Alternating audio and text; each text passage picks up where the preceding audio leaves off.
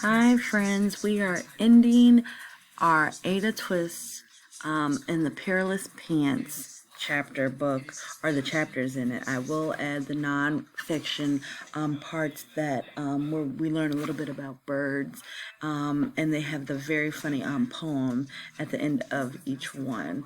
So this one is What is an Eddy? What is an eddy? For Ada's notes at the beginning of every chapter. So we have what is an eddy that she's written out with a question mark, and then she gives the definition: an eddy current, a loop of airflow. And so then it has circles with arrows that just go around and around. They have a big one, then they have a medium-sized one, then they have a small one. All of them are inside of each other. So the small one is inside the medium-sized one, the medium-sized one is inside the big one. And they have another one that looks just like it, but the arrows are pointing to the left on the right side, and the circle on the left has the arrows pointing to the right. So they're kind of like moving towards each other. So then they give the definition: air flows in loops or circles in one place around and around. Let's get into chapter 15.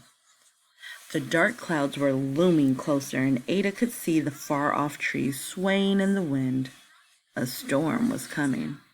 Soon that wind would reach the factory, and when it did, everything would change. The eddy that now trapped Uncle Ned would collapse, and he would be set loose from its grasp. Then, who knows where he might fly? "Hurry, Arthur," said Ada. "We're running out of time." And then we have a picture of Uncle Ned reaching for the tennis balls that are flying up, probably from Arthur, and he's surrounded with his rope. Still have the puffy pants, as well as leaves that are floating around. So Arthur grabbed a tennis ball. The whack! The ball lobbed into the air and soared gently over Uncle Ned and right past him. It dropped to the ground with a gentle thud. "Too hard," Arthur said, and adjusted his grip. He tried again. Whack! This time the ball arced high into the air. Uncle Ned reached out and grabbed it. The crowd cheered. Uncle Ned took off his helmet and put the tennis ball inside. "Keep going," said Ada. Thwack, thwack, thwack. Arthur hit ball after ball into the air. One after another, they flew close enough for Uncle Ned to catch and put in his helmet. As Ada had hoped, Uncle Ned dropped a tiny bit lower in the air.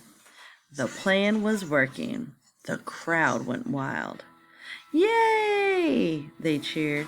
"Arthur! Arthur!" Like his favorite tennis player on center court at Wimbledon, Arthur Twist took a deep breath and focused. Thwack! Thwack! Thwack! Arthur hit the tennis balls perfectly. Uncle Ned missed a ball, but he caught the next two. As he added each ball to the helmet, he dropped a little lower. He hovered a few centimeters out of Bo's reach. Bo stretched as far as his long arms could go. "I can almost reach you," yelled Bo. "Hurry, Arthur, the storm clouds are coming." Indeed, the dark clouds moved closer and closer still. Thwack! "One more," yelled Ada. Thwack! With perfect precision, Arthur lobbed a ball high into the air. The ball soared up, up, up, and into Uncle Ned's outstretched hand. Uncle Ned grabbed it. He plopped it onto the pile of tennis balls in the helmet. Uncle Ned dipped toward the ladder as Bo reached and reached and reached. And so then we see a picture of Uncle Ned's shoes at the top of the page, like he's floating up. And his rope is kind of close to Bo, who is on the ladder, to his fingertips. Now Bo is on the top, trying to reach as high as he can. The whole crowd is looking up. They can't believe it. We're seeing those diverse faces that we saw, like in Sophia. Again, We see Ada's mom in the back. Everybody's looking shocked because they kind of have their mouths, their mouths over their hands. Their hands over their mouths. One person has their hands on their cheek and their mouth is open, so you can kind of guess that they are looking like kind of shocked and they're wondering what will happen. Chapter 16. And so Ada has written down in her notebook, it says hot, hot, hot, hot, hot. And so hot asphalt. They have a question mark. They have a picture of a cat, and it says, I love cats. I'm not sure what that has to do with what we're talking about. I'm hoping they address it in the chapter.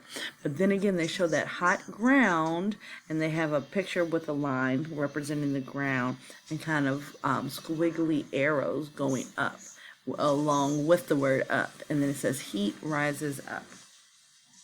And now we will get into chapter 16, the second to last chapter. Or if you want to find a fancy word for it, we call it the penultimate chapter. All right, so chapter 16. Just then, a large dragonfly zipped past Uncle Ned's head. One purple martin spied the dragonfly and zoomed after it. Swoosh! The bird swooped past Uncle Ned's right ear. Swoosh! The other purple martin zoomed past Uncle Ned's left ear. They fluttered and tumbled through the air like acrobats. Just as Bo's fingertips touched the tip of Uncle Ned's shoe, the dragonfly landed on Uncle Ned's nose. Help! Cried Uncle Ned, dropping the helmet and slapping at his face. The helmet crashed to the ground. The green balls hit the steamy hot asphalt and bounced in every direction. Boing, boing, boing. The lemurs, monkeys, and ostrich chased the balls right into the crowd. The people shrieked and yeeked. It was chaos.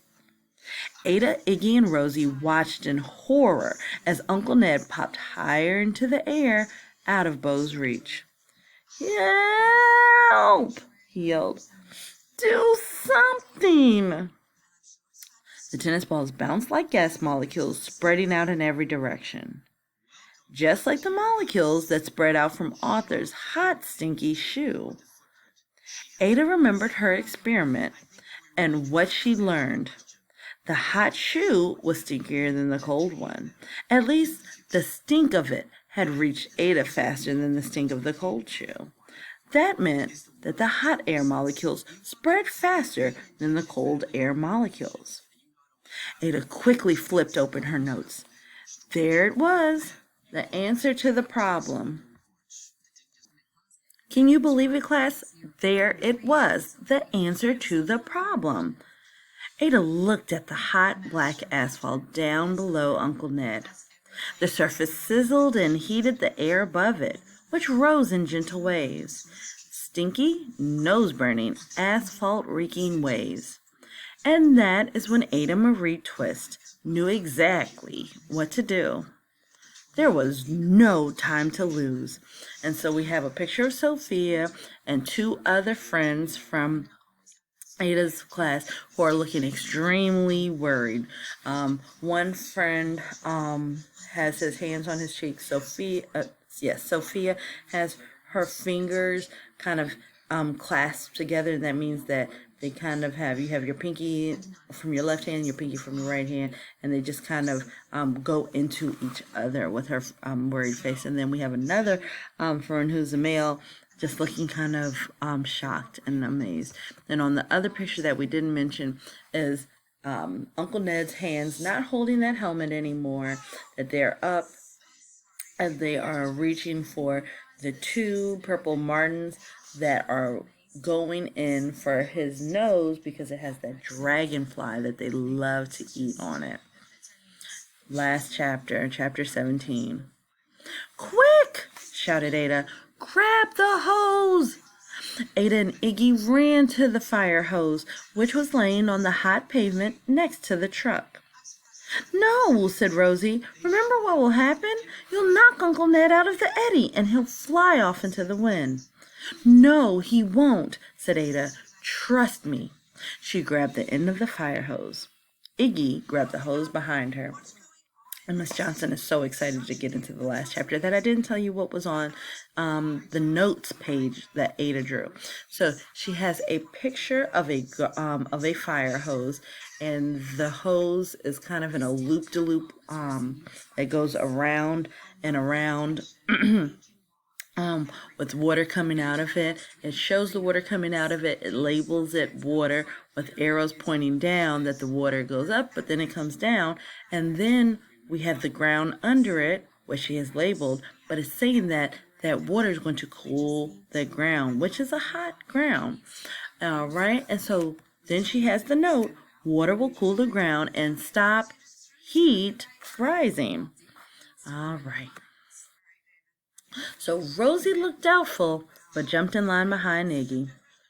Hit it, Bee, yelled Ada. Bee flipped the switch on the pumper truck and a heavy spray of water burst out of the hose. It was more powerful than Ada had imagined. The three friends struggled to control the hose, but they held tight. Get ready, Bo, Ada yelled, and she pointed the hose at the asphalt just below Uncle Ned. The water splashed over the hot surface, and instantly Uncle Ned plunged downward. It wasn't much, but it was just enough. Bo reached out and grabbed him by the foot. Bee flipped off the water, and the hose flopped to the ground. Uncle Fred scrambled up the ladder and grabbed the rope dangling from Uncle Ned's waist. "We got him!" yelled Uncle Fred. The crowd cheered again. "How did you do that?" asked Uncle Ned. "I remember that hot air takes up more room than cold air. So we cooled down the asphalt with the water. That cooled the air just above it, and that made you drop enough to grab your foot." So we see a picture of Bo grabbing onto Uncle Ned's foot, that Uncle Ned is in the air, that he's almost like in a split, that he has one foot that is in Bo's hand and the other one is stretched out behind him in these Perilous pants. And then you have those leaves and those birds that are flying around him. He is looking just like super sad, or maybe scared, or maybe he's feeling all of those emotions, because you can feel more than one color, as we said in the beginning of the year. All right, back into the chapter. "Well done," said Uncle Ned. "Now can I get out of these pants?" But there was no time. Just then a strong gust of wind blasted into the courtyard and blew the dust and leaves up and away. The whirlwind was gone. A heavy raindrop splattered the asphalt, then another and another. Raindrops began to fall faster and faster, and the crowd scattered. Uncle Fred tied Uncle Ned's rope to the bumper of the zoo bus and rounded up the zoo animals. The questionnaires and Ada's mom and brother hopped onto the bus. In a few minutes, Uncle Fred stopped at the Twist House on Milk Lane. "Thank you for rescuing me," said Uncle Ned. "If it weren't for you, I'd be eaten by birds and halfway to Timbuktu by now." "You're welcome," said Ada as she waved goodbye to Uncle Ned, Uncle Fred, Iggy, and Rosie. Uncle Fred honked and headed down the street, with Uncle Ned floating above the zoo bus. Arthur ran up the steps to the front porch of the Twist House. Ada and Mrs. Twist followed him as thunder rumbled in the distance. "Thanks for letting me use your racket," said Ada. "You could be a tennis champion someday, like Arthur Ashe." "Maybe," said Arthur, "but you should stick with science." Arthur opened the front door and stepped into the house. He paused and smiled at Ada. "Actually," he said, "let me know if you want to play tennis sometime. You weren't that bad, but you have to use your own racket and stay out of my stuff." Arthur tried to look mad, but it didn't work. Ada grinned at her brother as he shut the door, leaving Ada and her mom alone on the porch. Just then the sky opened up and the rain poured buckets onto the roof of the porch, and splashed into puddles on the yard. The smell of the rain hit Ada's nose, and she closed her eyes for a moment and breathed it in. It was not the kind of smell that curled her toes. It was a warm and cozy smell that mixed with her mom's perfume and was one of the best things in the world. Ada and her mom sat and watched the rain plop and splop and splash on the grass. Her mother put her arm around Ada and gave her a hug. "Ada," she said, "I'm sorry I didn't listen to you when you tried to tell us about